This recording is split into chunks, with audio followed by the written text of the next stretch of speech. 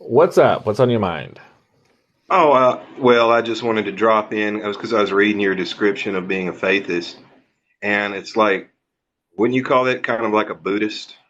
It's very similar, except I don't know if Buddha ascribed to any god. Right. We actually do have quite a lot that's similar with Buddhism. Yeah, except we're theistic. Um, as a faithist, I have so much in common with all of the religions, actually. I can chat for hours with Muslims, and we have so much in common, and have so much in common with Buddhists and Theosophists, and like, it's pretty cool. It's way more fun having conversations now than it was when I was a Christian. What made you stop being a Christian? Oh boy, a lot of Hypocrisy in little the church? things. I'm guessing. I will say the reason why I couldn't be a Christian now is the very heart of Christianity is the atonement of Jesus. That whole concept is not something I want to be a part of. But that's not what kicked me out of the church, out of Christianity. It was a lot of little things. But now, where I'm at right now, that would be the thing that keeps me from going back. Okay. Yeah, and I just What's wanted your, to ask you, there's a lot of reasons why people leave the Mhm. church. So, what's your background? Have you ever been involved with religion, or did you get spared that trauma? No, absolutely. I was raised in the church, and Yeah. I wouldn't say that it was like say mostly there was non-denominational, there was Baptist and so on. I don't think I was too traumatized. There was actually good pastors. Mm-hmm. Um, what what I didn't like was the nitpicky hypocrisy of Christians. And then remember reading about Gandhi, and he had a quote saying, "I like your Christ, I do not like your Christians." And it was kind of Mm-hmm. like that. And I've had my own questions about salvation and all this other. So at this point, I wouldn't know where I stand on it, but I wouldn't Yeah. say myself traumatized.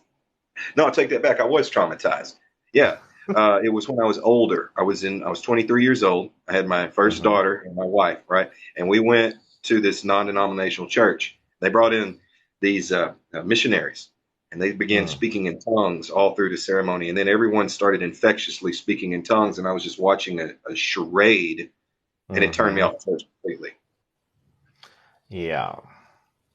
Yep. It's interesting you mentioned Gandhi in that quote. Now, as a faithist, I actually can read the Bible, and I'm actually drawn more to the words of Jesus, and I can appreciate them more, and I feel like my life is more in line with the words of Jesus now than it ever was as a Christian because I sort of shed that. There's so much of Christianity that's all based on culture and tradition. Very little of it actually has to do with the Bible. There's a lot of good things in the Bible, but the problem is that there's so many claims placed onto the Bible by Christians that the Bible isn't making for itself. Like the Bible doesn't claim that is whatever it is that Christians are claiming. And so yeah, for a while, I had a lot of resentment, and a lot of that resentment was focused on the Bible. But then I realized the Bible is not at fault. There's plenty of things to nitpick out at the Bible, but what I was really angry was the lies I was told, all the many, many different claims by the church I grew up in that couldn't be found in the Bible. All the lies, basically, it was the lies I was angry at, not the Bible. The Bible's cool. Like, there's a lot of truth in the Bible, but I definitely don't hold it up as like a holy book or anything like that anymore. That's an interesting take, when you said that you can read the letters of Christ more like with an open mind, and you shed the dogma of being condemned Mm-hmm. and read it with more of an appreciation than fear. Mm-hmm. Like the words of Christ, like just take example. the Sermon on the Mount, probably the most iconic piece of literature associated with Christ. That's pretty much Buddhism. Contentment, selfless, service of others. Not worrying about tomorrow. Finding the kingdom of God inside of yourself. That's Buddhism. But I couldn't recognize that while I was a Christian. Yeah, because they wouldn't making that correlation. You would probably define that to be sinful in your own head, and then have to confess your sins. Pretty much, pretty much. I find a lot more freedom now that I'm not like pinned into a box. Like I can read the Quran, I can read Buddhism, I can read the Bible. I can find those bits of wisdom, and there's truth and wisdom out there in all sorts of different places. But when I was a Christian, I had different glasses on. I had a different filter on. Couldn't see any of it. Have you ever gone down an atheist road before? Yes. Oh my goodness. I actually considered being an atheist for a while. And when I heard atheists talk about how they experience life, okay, I really tried to be an atheist, but there's something in me that just is connected to a higher power. But their worldview, or at least how they see the world around them, right? So all of this beauty in this world, the creation. Like you're walking by a stream under trees and you're seeing ducks in the water and birds in the air and insects flying around you, and it's all just an orchestra of sound and sight, and it's all basically the odds of that happening based upon the sort of the consensus of how evolution works, and then us being here to experience it without any divine hand at all. To me, that is more beautiful, more of a miracle than having a designer. And the idea of not having an afterlife really makes you appreciate, at least it should, make you appreciate the day that we have right now. I mean, I really learned a lot from my time sort of putting myself in an atheistic, walking a mile in their shoes. It really allowed me to appreciate life a lot more, actually. Hmm. I I have a different atheist. I think mine came more from trauma from my dad passing away, because that's when I really started asking the question that I wouldn't allow myself to. Is like, where is he really? Mm-hmm. Is there a heaven, or does he lie still until the resurrection? Mm-hmm. Pretty sure he's not in hell. Even though he wasn't the best dude in the world, he claimed Christianity very well. So he was a man of faith, and Mm-hmm. so then, but then, yeah, it made me, and that's whenever I like just kind of blanked and was like, there is nothing, is there? And so I don't know how many months this went on. And I appreciate your view. I wish I could have had a better experience, because mine was more of a every answer I thought I had, there's no Mm-hmm. answer to it anymore. Like even, and I'm not even talking about religion or any of that. I'm talking about just answers to,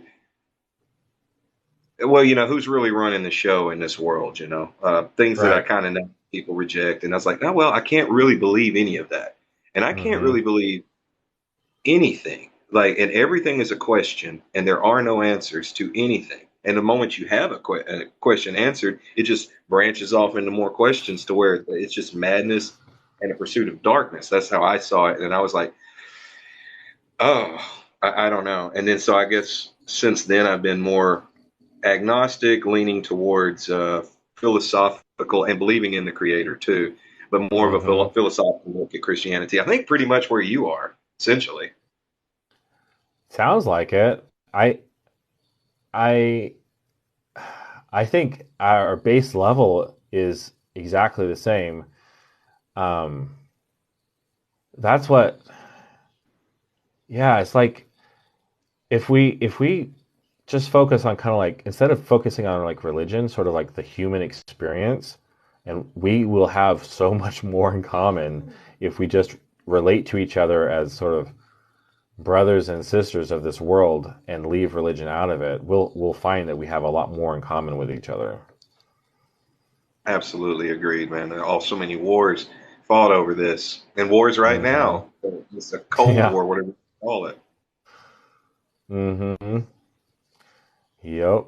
I so I mean you can see on the background that read I read a lot in lots of different places, but the Book of Owaspie is where the term faithist comes from, and reading that book really opened my eyes to the common ground that all of us do have, and the sort of the thread of truth that connects all of us together. All the religions are connected by some, even a small thread of truth, and it all points us back to the Creator. You know, we are the only creation that actually realizes that it's created, and that's interesting.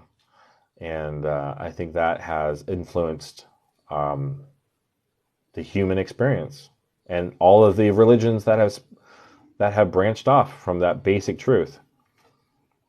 Wow, that was a good way. We're the only species that realizes that we're created. That's pretty deep. A lot of people would reject that, but I know that's absolutely that's deep, and that's yeah. Wow. I got that Well, from the Book of Owaspie. It's not my idea, but it makes so much sense. right. I love to hear that. And so you said like, all religions based in some air of truth, and that then brings me to the stranger religions, or I guess what we perceive as strange, Hinduism, with their polytheism and their very specific gods that do great and terrible things. Like it's interesting. I mean, where do you think that came from? Well, I think it came from a couple things.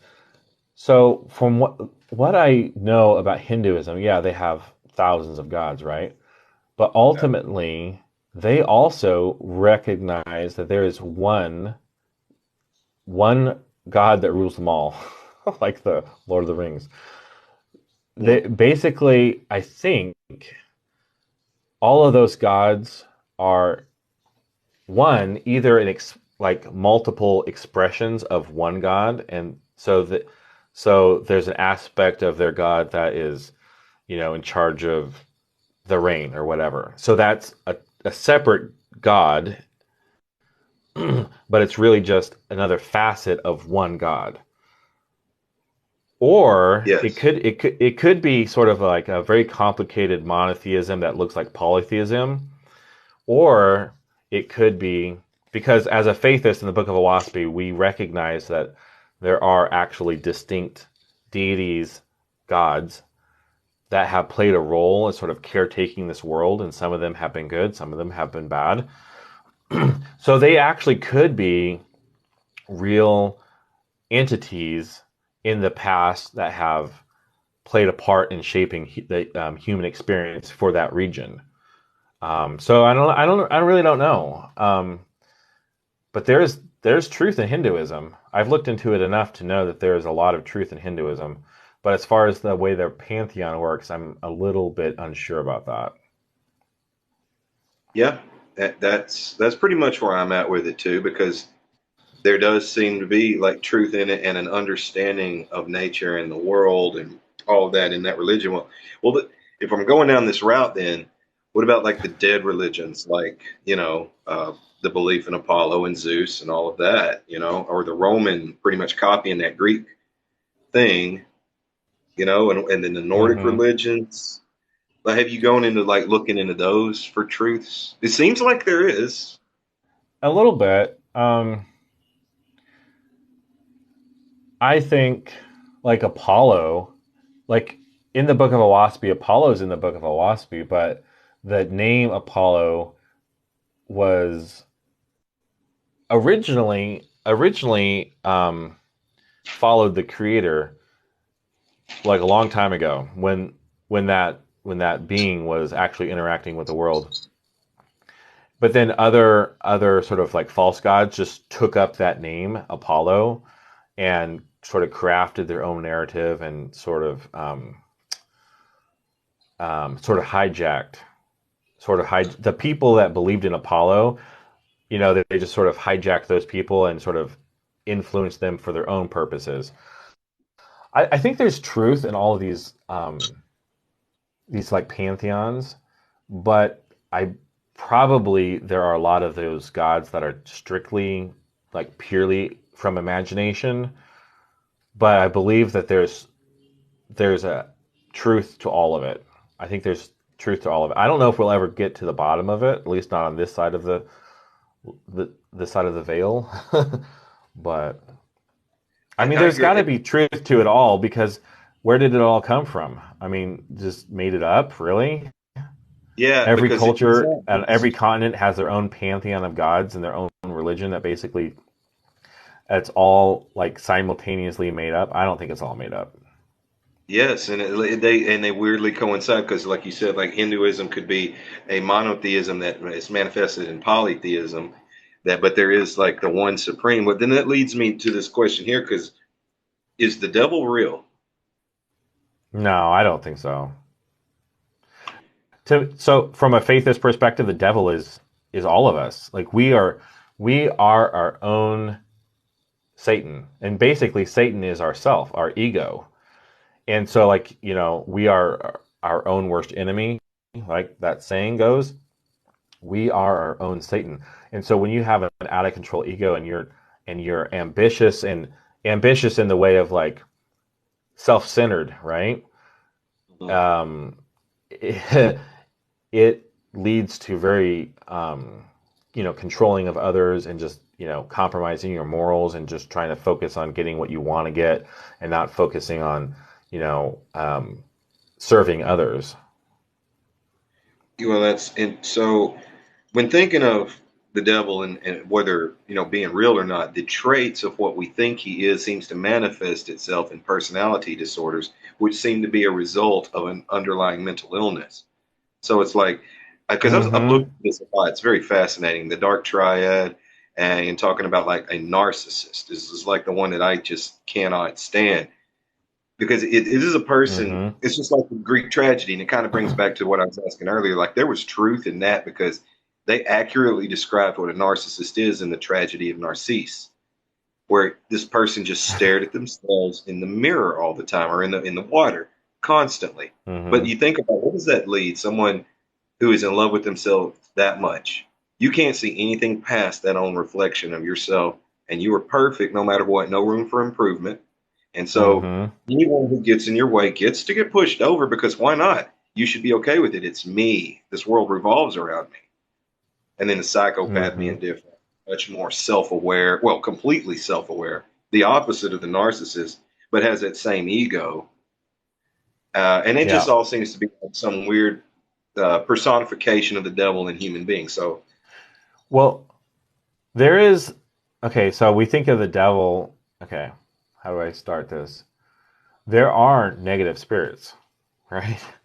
And a mhm. lot of the mental health problems are from negative, low vibrational spirits that are passed. And you can call them demons, or you can call them, people who have died and just haven't moved on yet, and are in kind of a confusion and chaotic state, and they're attaching themselves back onto the living and causing all kinds of health problems, mental health problems. Um, you can call it a lot of different things, but There has to I be an origin don't to that I spirit. don't think there is one entity that is organizing all of that. Like when we think of like the devil from a Christian perspective, he's like the commander in chief of all the demons and all the negativity. I really don't think that that type of role exists, but there is definitely negative spirits out there, and they are causing havoc. Yeah, yeah, but we see that's the thing. Where do those spirits come from? And I don't. I'm just asking. Like, what's the origin of those spirits? Well, I'm I'm just going to talk from a faithist perspective. I'm not saying that this is correct, but I'm just saying from the perspective I have now, they are spirits of the dead, of mortals. And so, for example, like if you're killed on a battlefield, which is very violent, very chaotic, um, a somebody might die on a battlefield and they may not even realize that they're dead. Like they're still fighting in the spirit. Their body's dead, but they're still fighting, and they never leave the battlefield. And that's why battlefields are typically pretty active hunting places.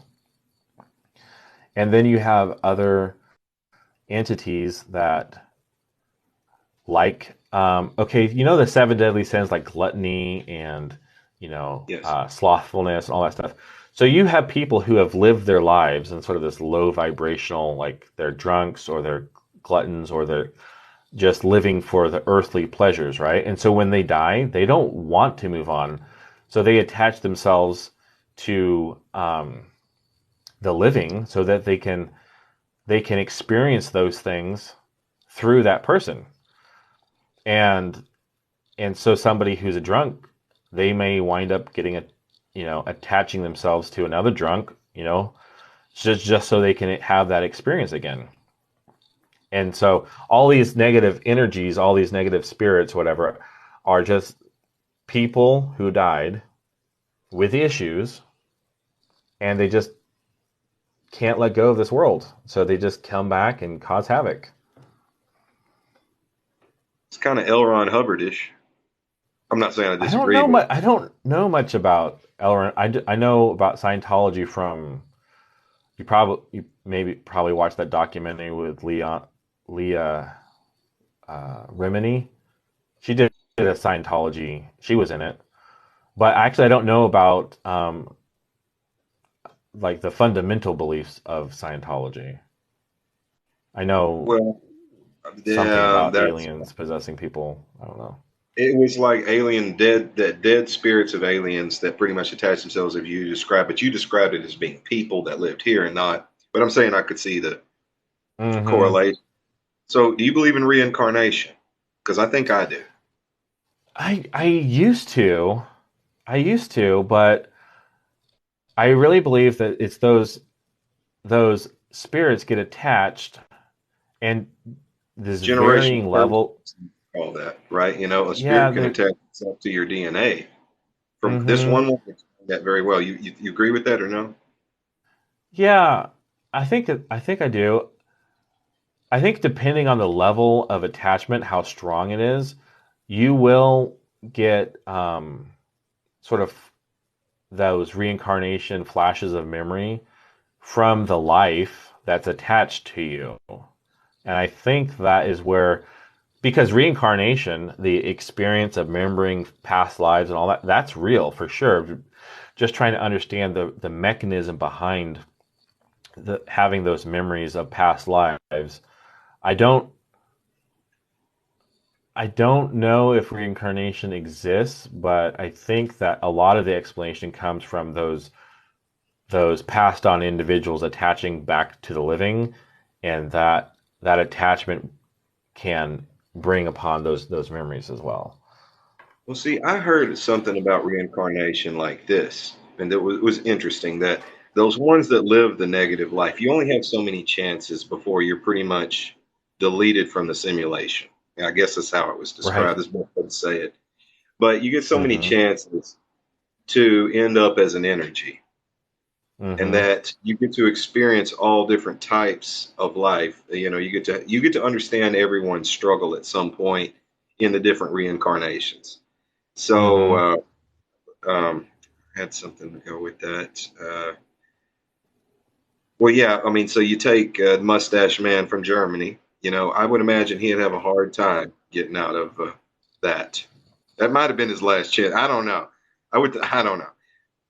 But I had a dream. I dreamed that whenever I was born, someone had passed, and that person had jumped into me, and that it was like simultaneous. They're passing my birth, same time.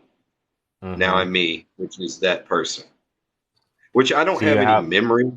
oh, that was And my I'm not saying question. that's Yeah. true. That was a dream. You know what I mean? It's just a dream, or say just a Mm-hmm. dream. I don't know. But it got me thinking about, well, I'm a very old soul. I know that. And I crave old stuff. I love old everything. And I just Mm-hmm. wonder, like, is there something to that dream? But I know you can't answer I don't that, but it was. know. I don't know. There's a lot of evidence, like real evidence for reincarnation. I mean, I don't think anybody honestly could deny that. But the actual mechanism behind it, that's to me, that's where the mystery is. What is the actual mechanism behind it? I've heard several explanations for it, but I don't know. I mean, it's interesting. It's interesting to think about. Yeah, because you hear like a wandering soul, which would Hmm. essentially be what you described, those negative spirits just kind of wandering and trying to experience life. And then there's the Yeah. one that maybe earned a right to actually live life again, maybe. Hmm. I know. I know from the Book of Owaspy, reincarnation is not really like on the table. There are some explanations of the why the experiences, like the memories and like the feeling like an old soul and all that stuff, it has some explanations for it, but yeah, I don't know if we'll ever really get to the bottom of that one. Yeah, because if my thought on that dream, and I'm almost sold on it, like this is almost just what I believe. And I don't know if you could call it delusional. It just makes too much mathematical sense that this is the way it would work. Hmm. That your reincarnation is not you some floating around waiting. No, it would be instantaneous. It's a switch, and your memories are gone. You may have a Hmm. flash, but essentially those memories are completely erased, but your traits and mannerisms are still there. Yeah. My wife actually, she was, I don't know what you call it, consulting her higher self or spirit guide or something. I don't know. Whatever label you want to put on it. But she actually asked if she had a past life. And she said she came back with the answer that she did have a past life. And it was somewhere in China, like 1,200 years ago. Mm. But she hasn't been able to, like, how do you verify that? How do you keep doing research on that? But that's something that she was given. Can't really vet it. Like, was that from a pure source of knowledge, or was that maybe somebody was giving her false knowledge? We've asked ourselves that question. How do we trust what was being given to us, given to her? Mm.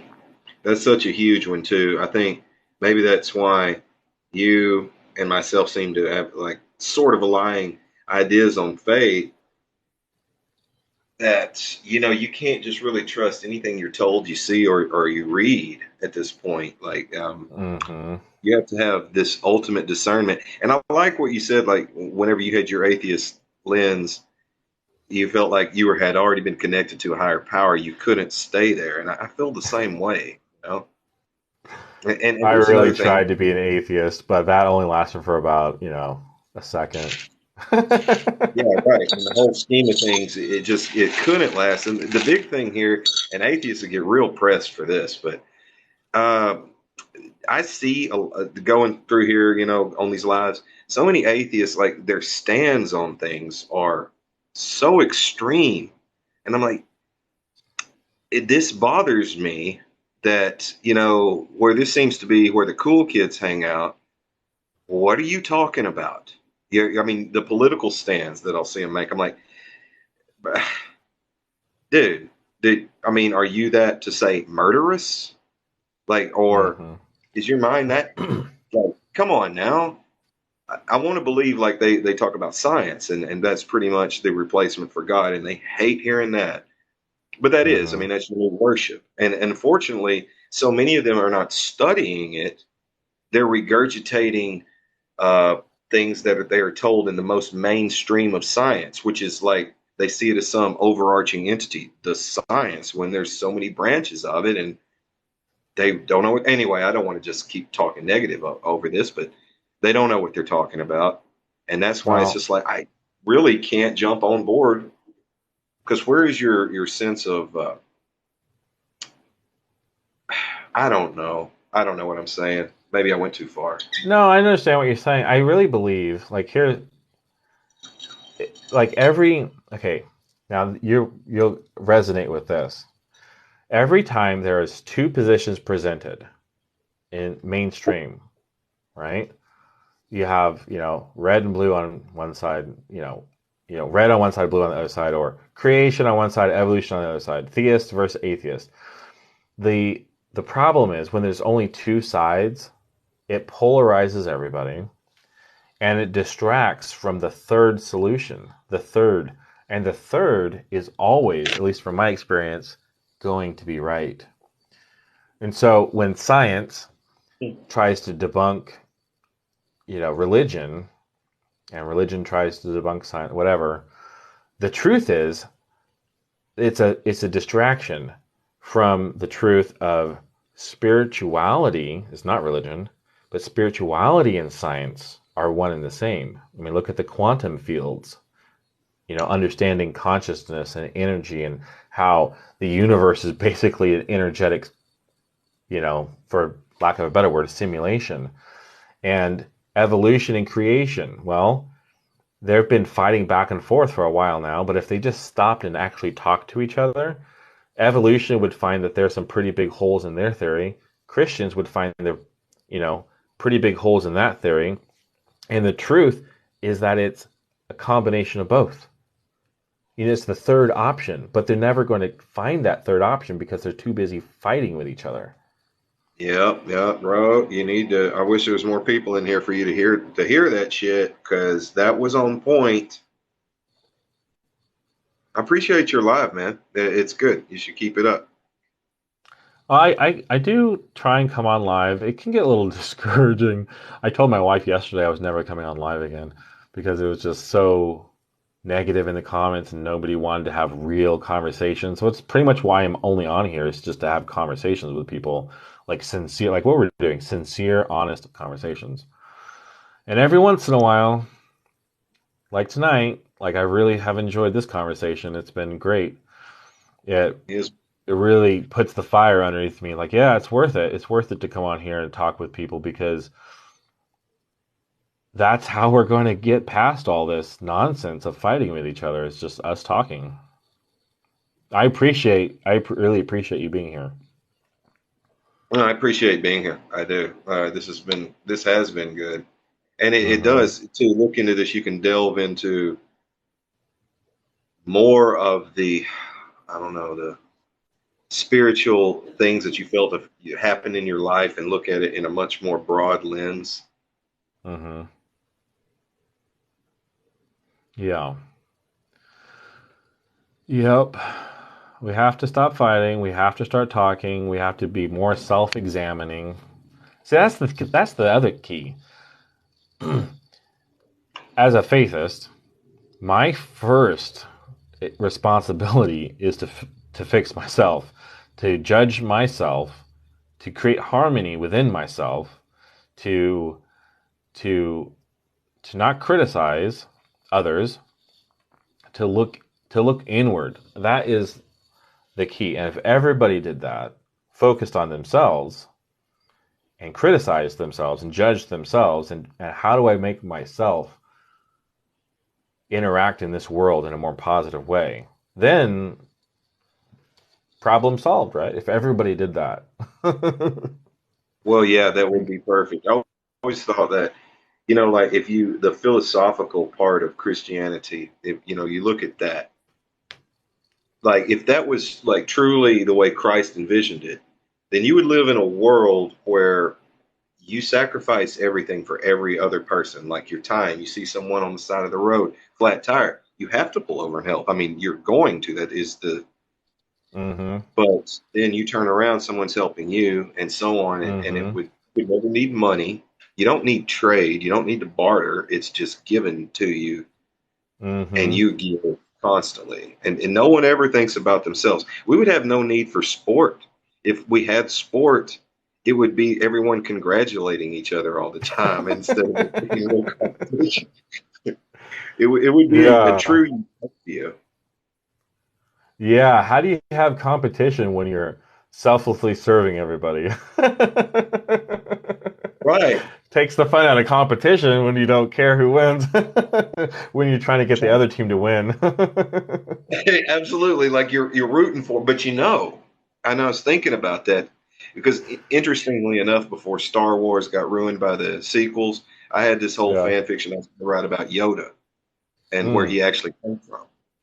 And it was Mm-hmm. all rooted in that very idea that their society lived in servitude to each other. And their sport I thought about is like they actually had very intense sport, but it was always cheering and like the other team helping or the opposition always helping the other one constantly, and they make themselves so much better than everyone else because they don't wish to defeat you, they wish for you to defeat, and it's back and forth, so no Mm-hmm. one ever wins, they just get better.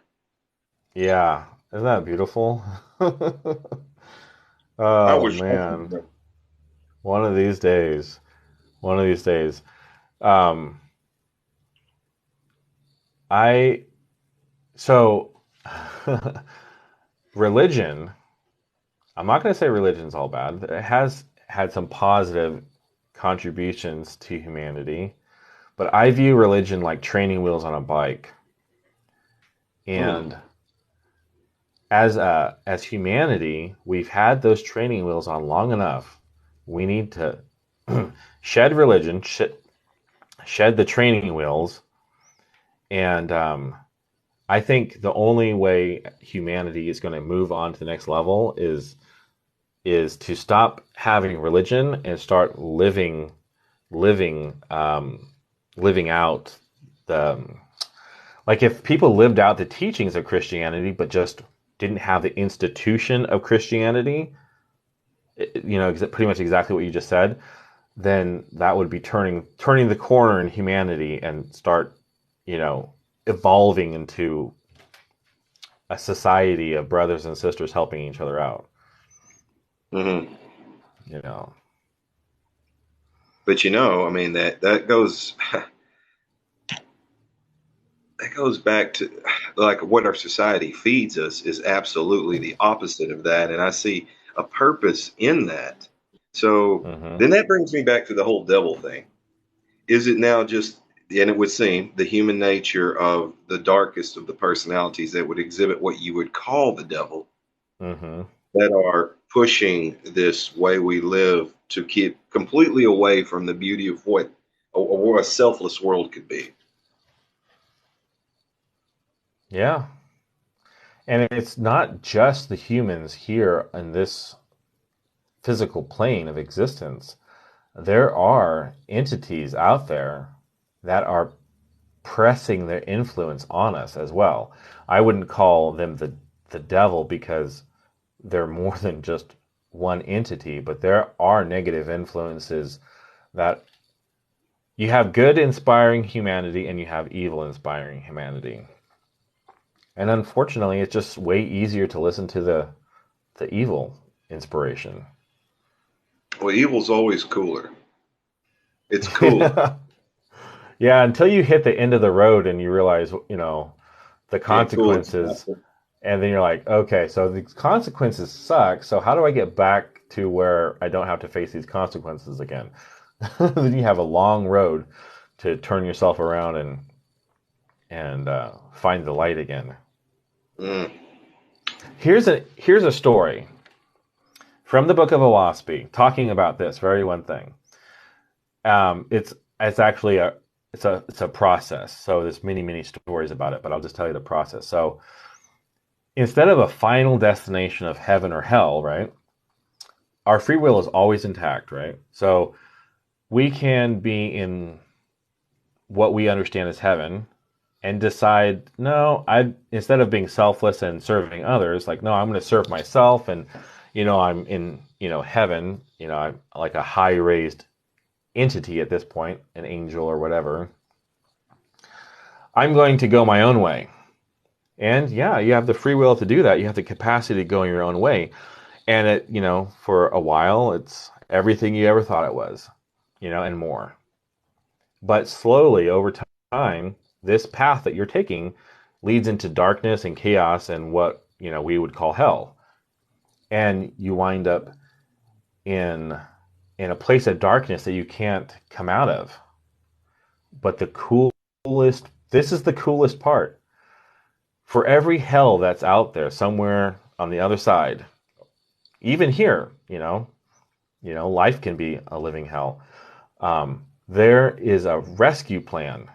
The entities that never took that path, that are still on their path of serving others, they come to these hells, and they, with an army of 10,000 million angels, rescue the people that are in the hell, that wanted to do their own thing, to serve themselves, to, be narcissists or whatever.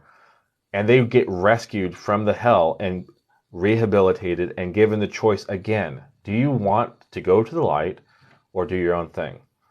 And so, from this perspective now, as being a faithist, free will, I've never seen sort of a worldview or like a perspective where free will is so intact, where you can go to heaven, go to hell, get rescued, go back to heaven, and choose hell again if you want, and still get rescued. It's a version of free will that I just never could have related to as a Christian, because heaven and hell kind of like final destination. Once you die, you better make sure that you made deathbed confession so you can go to heaven, kind of a thing. Yeah, like it's a circle. Yeah, it's a circle, Something's and the journey never ends. Like, when our bodies die, we're not going to stop learning. We're not going to stop having free will. We're going to continue on and continue on and continue on. And that's awesome. I think it's beautiful. And it's not unique to being a faithist. Like, that concepts, and you can find it all over the place. But well, this has been great. I think I'm going to end the live on a high note. Yeah. Oftentimes when I end a guest, then I'm just sitting here talking to myself for another hour, hoping for another guest to come on. But I think I'm just going to end the conversation and end the live on a high note. It's been great having you here. I really appreciate it tonight, and I hope you have a great night. Good night.